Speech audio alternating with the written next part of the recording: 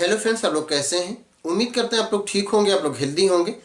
Friends, इस video में हम जानेंगे कि जो मेथड होता है रिप्रोडक्शन का, एक होता है ड्राफ्टिंग, एक होता है कटिंग, एक होता है लेयरिंग। तो इन तीनों में डिफरेंस क्या होता है, यही हम इस वीडियो में देखेंगे।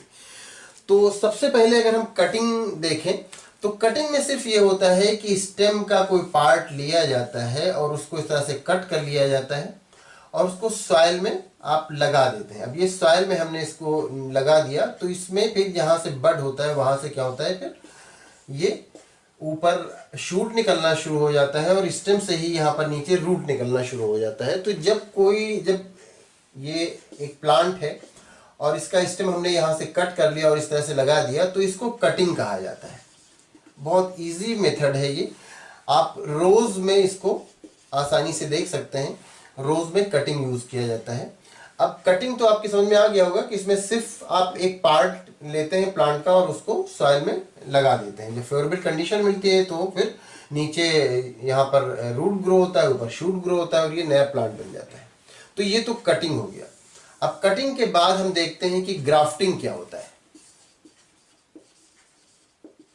कटिंग के बाद अगर हम ग्राफ्टिंग की बात करें तो ग्राफ्टिंग ये होता है कि जिस तरह से इसमें एक आपने कटिंग ली, उस तरह से ग्राफ्टिंग में एक प्लांट है ये जो कि लगा हुआ है, ये नीचे सॉइल में लगा हुआ है, ये नीचे इसकी रूट जा रही हैं और इस प्लांट को हमने यहाँ से इसका जो स्टेम है यहाँ से कट कर दिया। ये हम थोड़ा डार्क कर दें तो आपको अच्छे से दिखेगा।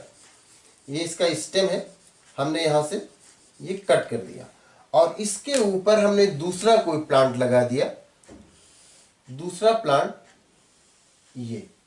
अब इसके ऊपर हमने दूसरा प्लांट लगाया और यहां से इसको हमने बांध दिया। तो अब ये हो गया ग्राफ्टिंग, इसको ग्राफ्टिंग कहेंगे।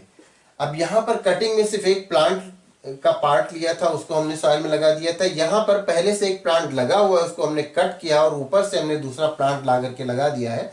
तो इस तरह इसको ग्राफ्टिंग कहेंगे। रोज में ये भी आप आमतौर से देख सकते हैं कि इसमें यूज किया जाता है, ग्राफ्टिंग यूज किया जाता है।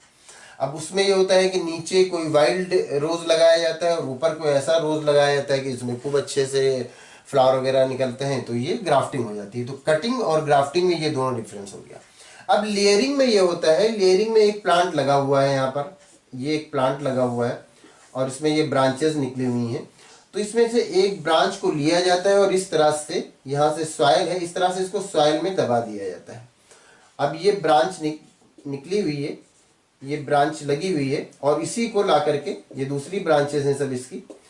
अब इसमें जब इसको सॉइल में दबा दिया गया तो क्या होता है कि कुछ टाइम के बाद यहाँ से इसमें जो ये ब्रांच सॉइल के अंदर दबी हुई, इसमें रूट ग्रो होना शुरू हो जाते हैं।